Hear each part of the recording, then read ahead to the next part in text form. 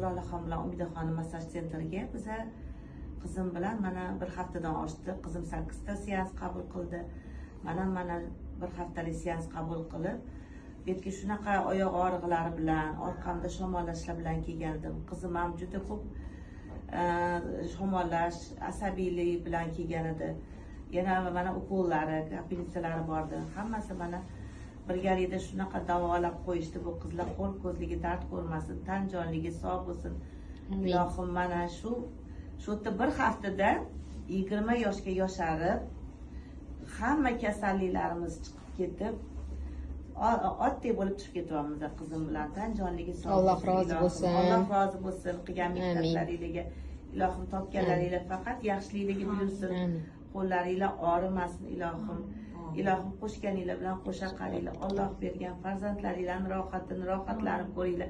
Bizdagi klientlaringlar ko'p bo'lsin ilohim.